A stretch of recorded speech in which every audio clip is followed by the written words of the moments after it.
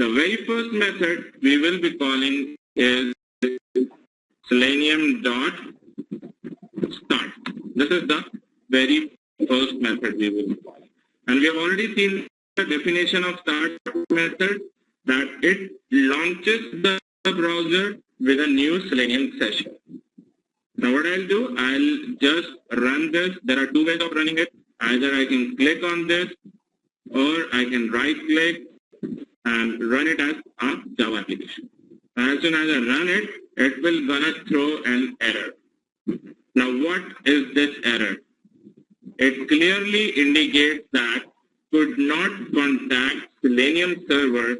Have you started it on localhost 4444? Which means that, as I've already told you, in order to work on Selenium RC, we need to start the RC server first. Now, how to start the RC server? We'll go to command prompt. And here, we'll go to the location where we have downloaded the actual jar file. So I'll say cd, series, softwares, and then jars. And here, I'll write Java minus jar, and I'll give the name of the jar file that I have downloaded. I have downloaded this jar file, the latest one, 2.33, and as soon as I press enter, it will gonna start the Selenium server, and by default, it will gonna start it on the port 4444. So by default, the Selenium server is launched on this port, and the same we have given over here as well, right? We can anytime change this port as well. Let's say if this port is busy, I can start it on any port, like 123 port. So that we're gonna see later on how we can start it on a different port, right? So now if I again run this, just 1 second. So it will gonna launch these two browsers. Now these two browsers, the first browser is your Selenium remote control window. This will only going to maintain your command history. You have nothing to do with it. This will gonna be your main browser, your main window on which your application, your URL will be launched. But right now the URL is not launched. This is because we have only called the method as start. And start only launches the browser with a new Selenium session. It is not going to open the URL. In order to open the URL, you have another method that is selenium.open. It opens an URL in the test frame.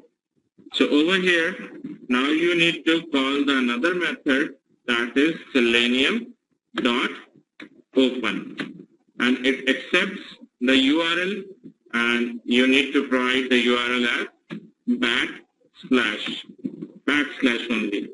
So why this backslash? This is because this argument, I have a question over here. What do you mean by? What do we mean by gmail.com, which we have passed in default? Okay, this is basically the base URL. We need to provide the base URL only over here. We cannot provide we cannot provide the complete URL over here. Let's say I have the URL over here after Gmail, abcd.php or any other page. So I cannot provide this part over here. This part, I need to provide it over here in the open argument, right? So right now, we are just navigating to gmail.com, so we'll not be using any further page URL, right? So we'll just keep this backslash over here. Now, if I run this again, this time it is going to gmail.com. And it has already gone to gmail.com, you can see that.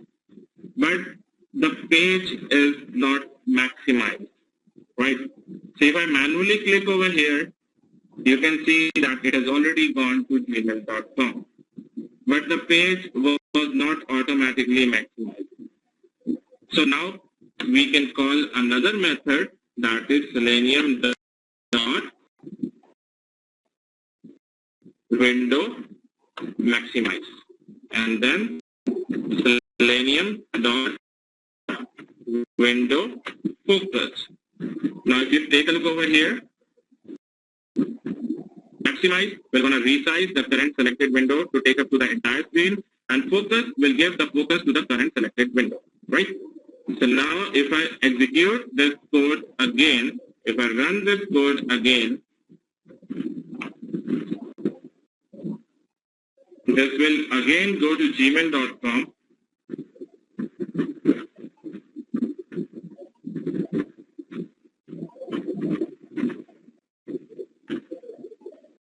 And it will maximize the window, right? So now what I need to do, I need to get the title from this gmail.com. I need to get the title, and I want to compare this title from the expected title. So this could be one of my test cases, right? So this Gmail email from Google is the actual title, and I can compare it with the expected title that could be there in my specifications, that could be there in the Excel sheet. So what I need to do in order to get the title from a web page, I'll say Selenium dot get title. This is the method from which I can get the title of the current page. Now, if I need to print this, I'll just put it inside system.out.println. Now, if I run this again,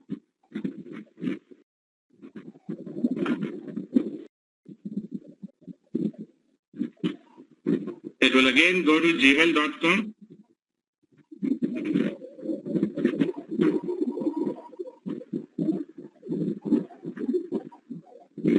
Maximize the window, and now if we take a look at the console, the title Gmail email from Google has been printed. Now I want to compare this title. In order to compare this title, I need to remove the system.out.println, and I need to store it inside some variable. So I'll create a variable of a string type, since the value is a string value, and I'll say string title equal to selenium.getTitle. Now whatever title that got printed, it will get stored inside this variable. I'll create another variable, string expected title. Right, this was my actual title, and this is my expected title. And here, let's say my expected title is yahoo.com. I was expecting the title to be yahoo.com, and now I'm comparing this with the title that is that we have extracted from this. Right, now how to compare it? We'll use a basic if-else statement that is of core Java. So if you in my email, I've already given you the 2 core Java videos. So if you want to if you are not very much familiar with Java, you can just watch those videos, and what are data types, what are variables, you will have some command on that, right? Because that is a very basic part. So we are not going to cover the very basic part in the training, because if we start to cover the very basic part, then we're never going to end our session. Then it will be continued forever, right? Okay, Priyanka is asking something. She's saying, what if we want access to more videos apart from session? Yes, you'll get access to more videos as well. You can either enroll for just the videos, or you can enroll for, when you enroll for online training, you'll get access to the videos as well. So that would be a lifetime access, right? So here, if I want to compare these 2 titles, then I'll say if expected title dot equals, there is the method equals, and I'll say actual title. So if expected is equal to actual, then what it should print? It should print pass. Else, it should print fail. Now, if I run this,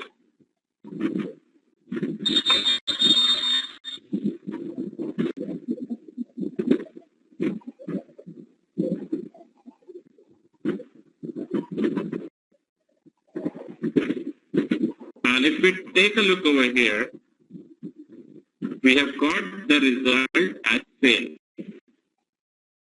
So the comparison was fail. Yahoo.com is not equal to the title that was stored inside this variable, right? But we won't be comparing things like this. We won't be comparing it with using if-else statement. And there is a reason behind that as well. Why we won't be comparing it? Because if and else will only gonna print the thing, will only gonna do the thing that we have specified inside these statements. And it is not going to report the error in the reporting part, whether you are doing it through JUnit or through TestNG. Right? It is not going to report the failure. It is not going to report the error. So in order to report the error, we will be using what is called as assertions. So assertions are part of JUnit and TestNG Java frameworks.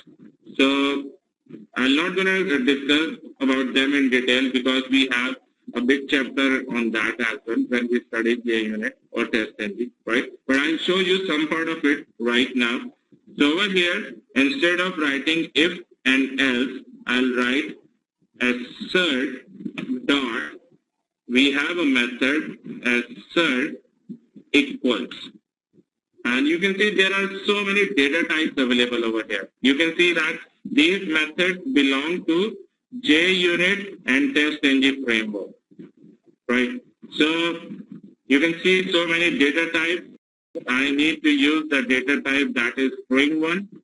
So I'll say string actual, and string actual would be my actual title and expected would be my expected title.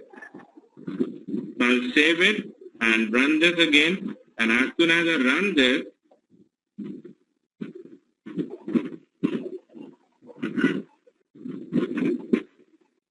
and if you take a look over here now, see we got an error. We got an error that expected was yahoo.com but found Gmail email from Google. So it has actually reported this error. But with if and else, whatever we have printed over here, it has just typed that thing. It has not actually reported the error. So in case we want to report this error, we must be using assertions. So we'll be studying about assertions in detail, right? So after this, I'll just comment it for the time being. After this, what I want to do, if I again go back to gmail.com,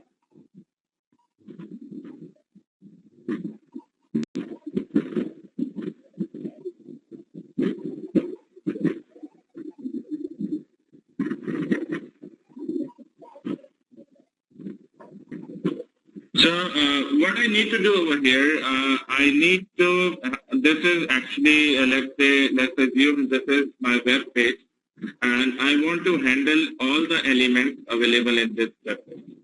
So the very first thing in manual testing, what we do is that we validate that all these elements are as per the specifications or not, right? We can check whether there is any spelling mistake over here, or whether this image is present over here or not, whether the text boxes are present, the sign-in button is present over here or not. And then we can enter the username, we can enter the password, we can click on sign in, and we can click on this link, right? So in order to handle all these elements on a web page, we need two tools, and those are add-on to Firefox. So those two tools are Firebug and Firepath. So these are also add-ons to Firefox, right? So these tools are free tools. You can directly go to Google and type download Firebug. If you write download Firebug, you'll go to the main website. You click on this website, and it will take you to the website of like add-ons for Firefox, and from here you can add on this Firebug. It's still loading.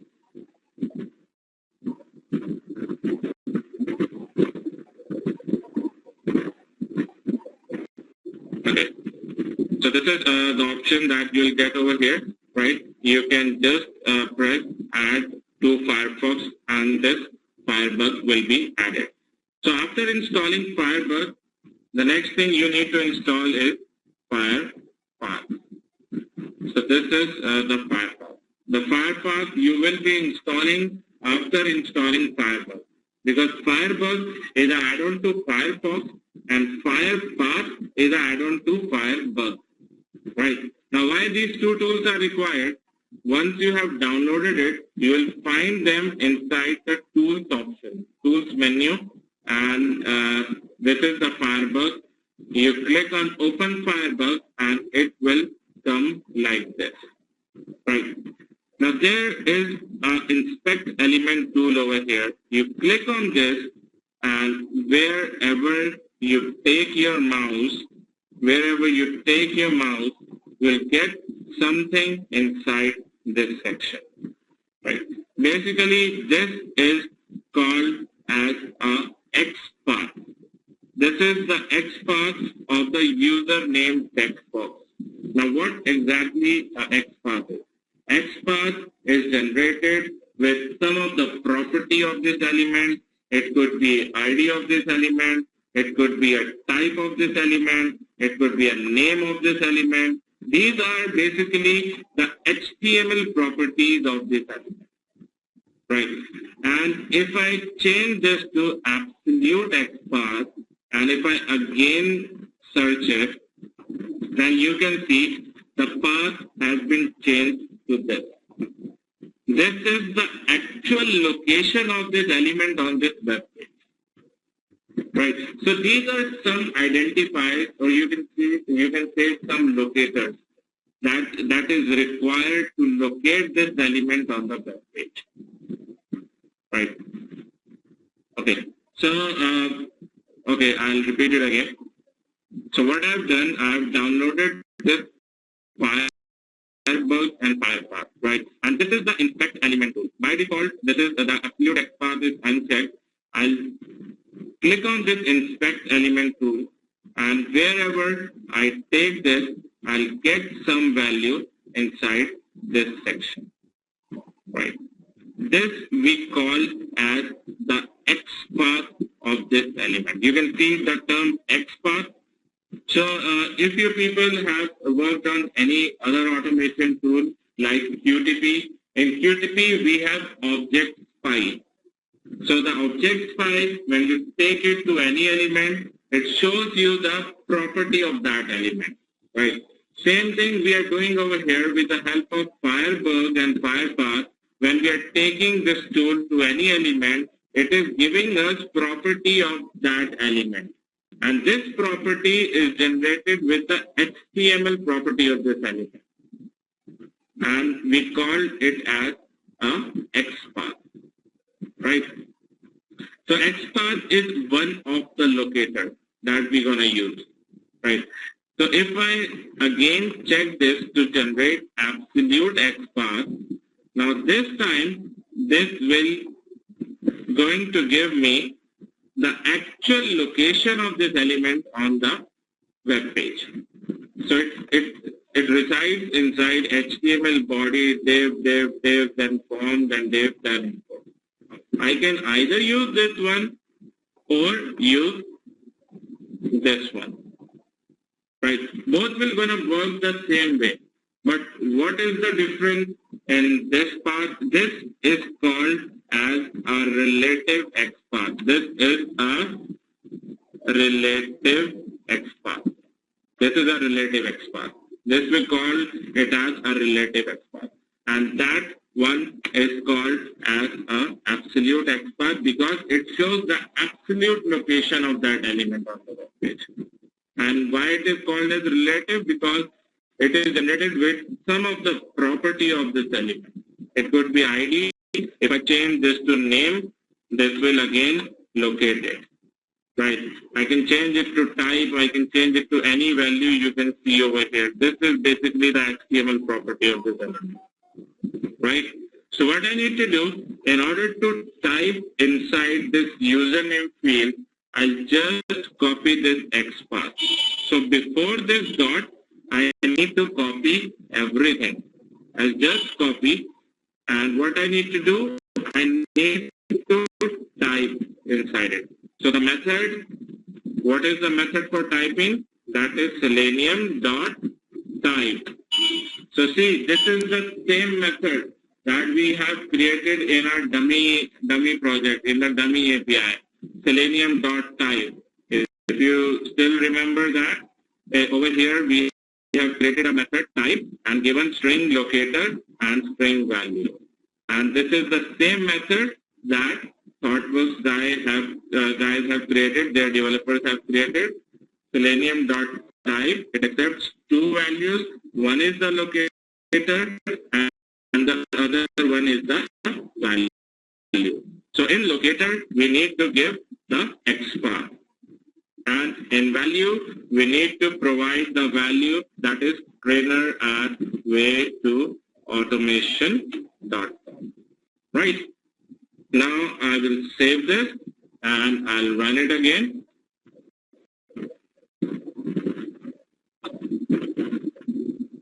Now, as soon as it go to Gmail,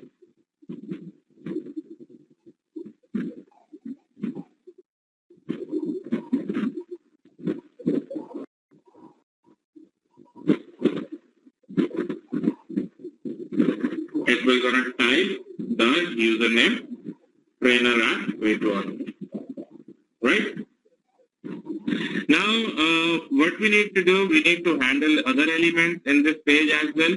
Now, the second element that we need to handle is, let's say I need to type something in the password field. The password field will also going to have some XPath. I'll just copy this XPath and I'll say selenium.type. In the locator, I'll give the XPath, and in the value, I'll give some value for the password. Right? Then I need to click on the sign in button. So I'll again inspect the sign in button. Okay, I have a question over here. While copying XPath, why you are not copying? Okay, Anand, I didn't get your question. Could you please come again? Okay, why don't, because this dot is for this fire path to represent the XPath. We should not copy this dot, otherwise this XPath will not gonna work. Right, this is just for this fire path to represent this XPath, that this is a relative XPath. Right, with absolute you're not gonna find this dot. So I'll just copy this,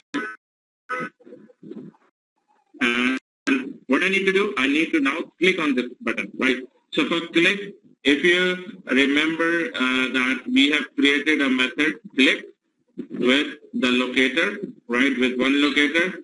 Same thing, when we have this jar file, I'll say selenium.click and it accepts only one locator, and that is the XPath of that submit button. So I'll just save this and run this again.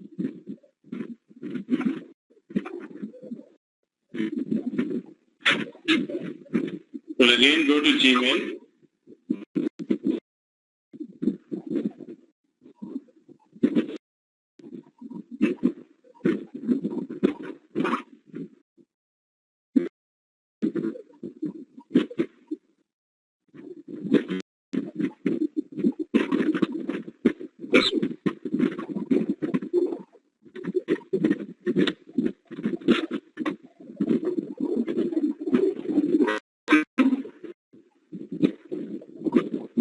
Okay, we got some errors over here.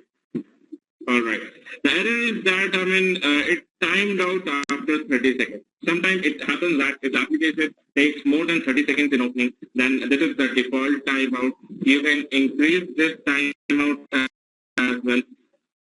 You can say Selenium dot set timeout, and you can increase it to, let's say, 50 seconds. So it should be 50,000 milliseconds. So now if I run this again,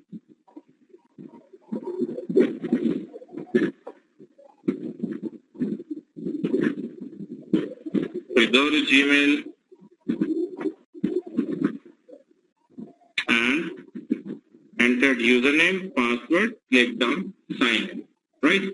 Now after clicking on sign in, we got this text. The username or password you entered is incorrect. Now what I need to do, I need to get this text from this page.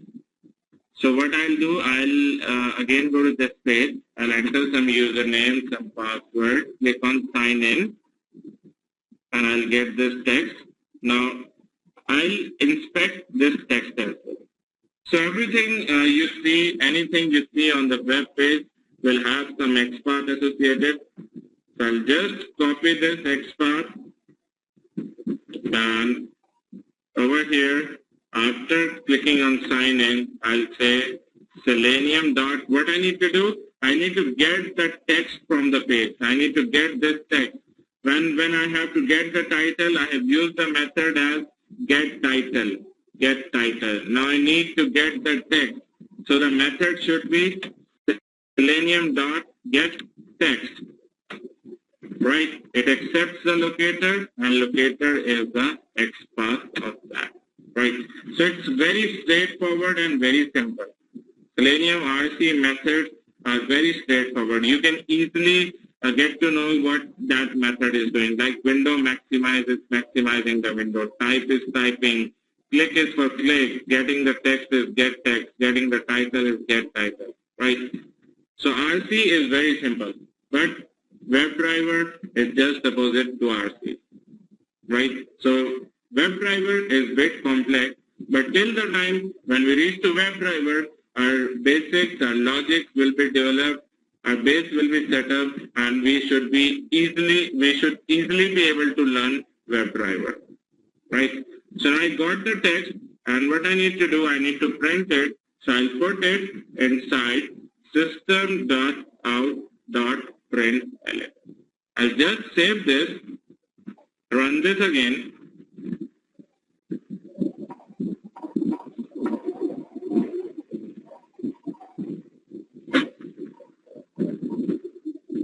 We'll go to Gmail.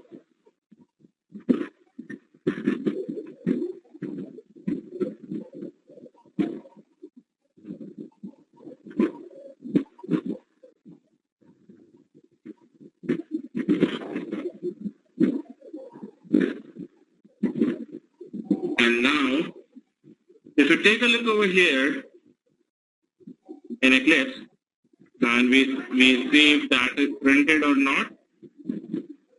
Okay, we got an error. Now what is this error? This error says that this particular element not found on the page. It is not able to locate this element on the web page. Why is it not able to locate this element? Although this element was there. So there must be some reason why it is not able to locate this element. The reason over here is the page synchronization issue. Now what is happening over here? Let's say at this moment, the error message is not there, right? When we enter username, when we enter password, and when we click on sign in, then the page starts loading and then it appears, right? So this message takes couple of milliseconds to display on this page, right? And it displays after the page is loaded, right? If you see once more, you enter username, you enter the password, click on sign in, it takes couple of seconds, okay, redirecting me to some website. Okay, account has been disabled. I think it's my mistake, I have typed some different username. So I'll say username, password, click on sign in, and then it displays. Right? So what I need to do, I need to apply some weight over here. After clicking on sign in, I need to apply some weight before getting this text. So what I'll do, there is a method that is selenium dot wait for page to load. It will wait for page to load till the time that I define over here. So if I give the timeout as 30 seconds, 30,000 milliseconds or 30 seconds, right? But will it gonna wait for 30 seconds? No, this is the maximum wait time. It will gonna wait. If it finds the element in just 1 second, it will gonna print that element at that particular time. It will not going to wait for 30 seconds. So now it will again go to Gmail.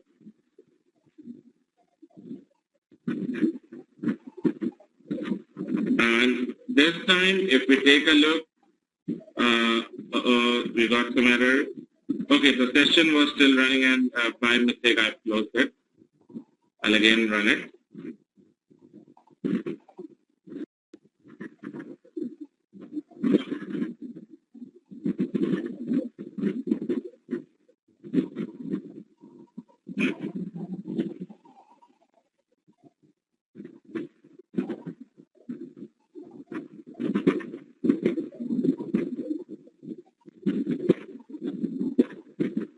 It's still on to Gmail.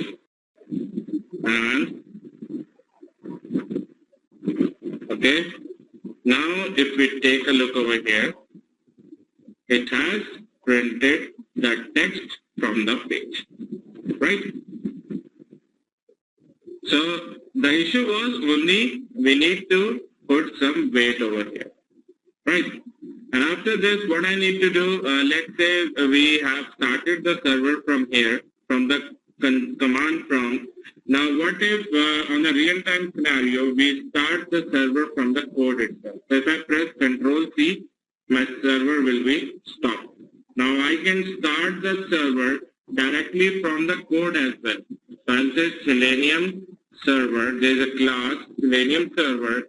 I'll create an object of this class, server, equal to new Selenium server. And then I'll access the method server.start. And this will gonna start the server from the code itself. And if I'm starting it from the code, I need to stop it after my entire execution. I'll say server.stop. And before this, I'll write selenium.close. This is going to close the current window, and then selenium.stop. This is going to close the current session. So whatever methods that we are calling over here, you can find the definition of all these methods inside the Java document. Inside this document, you're going to find all these examples. So close, if you see close will simulate clicking on the close button, right? And stop will gonna kill the current session, and the test session killing the browser, right? So now, if I run this again,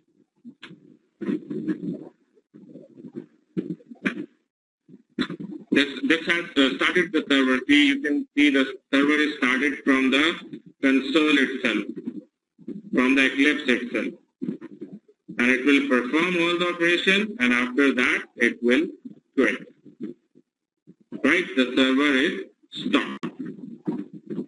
Now, if you want to capture a screenshot of the current page, you can simply say Selenium dot capture screenshot. There is a method, capture screenshot. Here it accepts one argument, that is your file name, and the file name you will be giving as the location where you need to store the file. Let's say I have a location over here, C drive, screenshot. I have a screenshot folder. Inside this, I want to store this screenshot. So I'll copy this location. I'll go over here and I'll type it over here. I'll give the screenshot name as abcd.jpg. And in Java, we need to give the location with double backslash. Right? We need to give the location in double backslash in Java. So I'll save it. I'll run this again.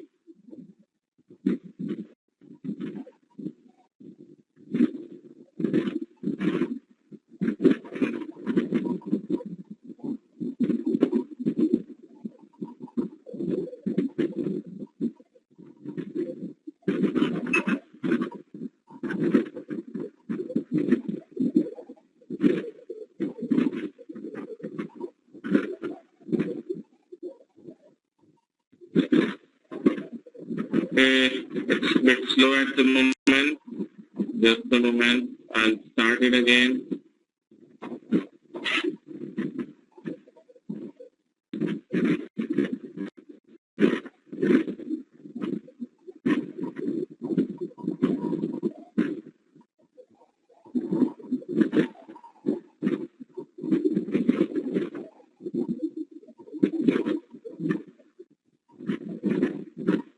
And now if we take a look at that folder, screenshot, you can see there is a screenshot with the name ABCD has been generated, and you can match the system time. This is the current time screenshot that got generated. Sometimes it is fast in opening. Why it is slow right now? Because we are using a Webex session. That's why it is making it slow. Otherwise, the browser will gonna open very fast. Right? Okay, Prabodh has also asked a question, so we can start RC server from the code itself. No need to access it. Yes, on a real time, we can start. We start it actually from the code itself when we are working on a framework, right? But these Selenium RC concepts, these are just to cover your basics. I mean, we do not need to do much in Selenium RC. Our focus will only be on WebDriver. We are just setting up our base for automation. That's all. I mean, what we need to do in Selenium RC, because we will just be building up the logic. We'll just be covering the Java part through Selenium RC, because Java, I mean, if we cover it with the theory, then it's very boring, to be very honest.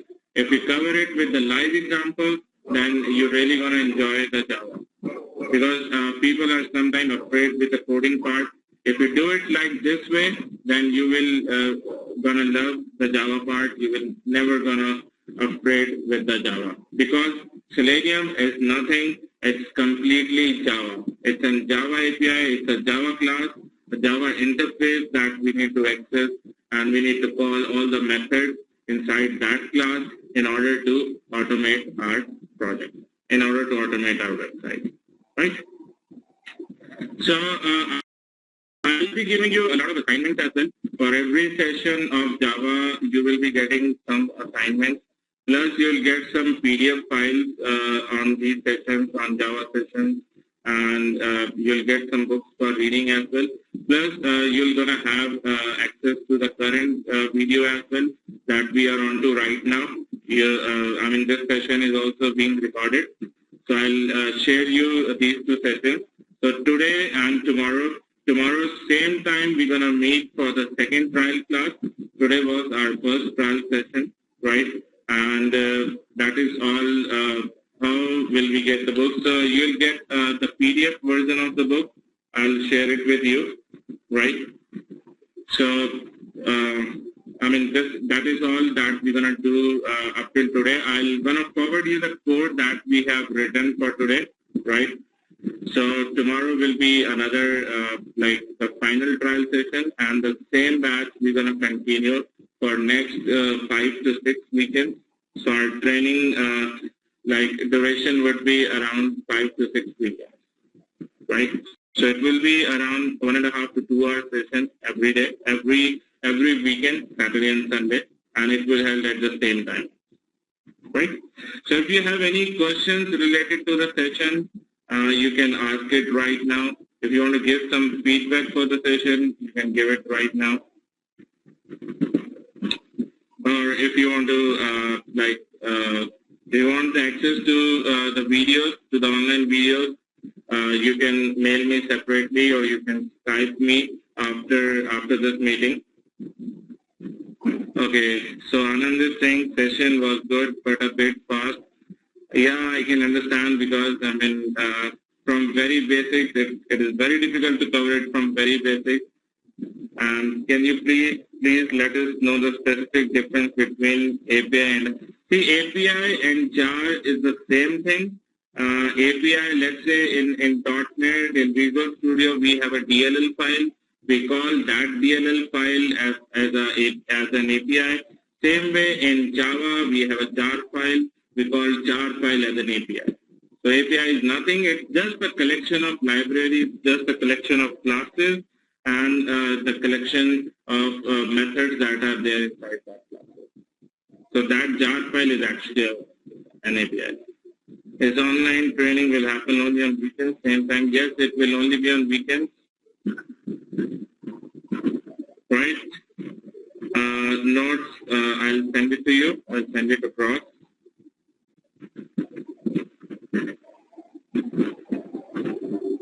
All right. Thanks, Shiva. All right.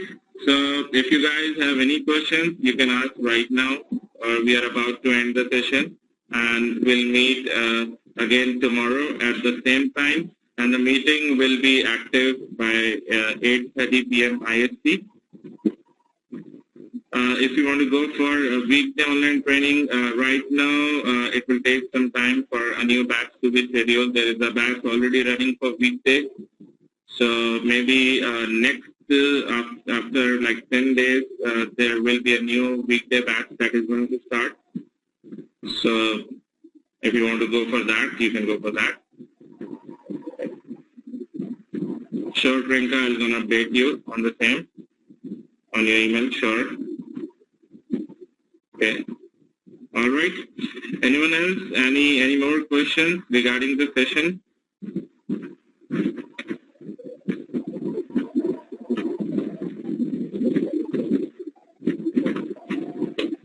Regarding the payment, I mean, once we are done with the free session tomorrow, you can Skype me or mail me. I'll forward you the details, and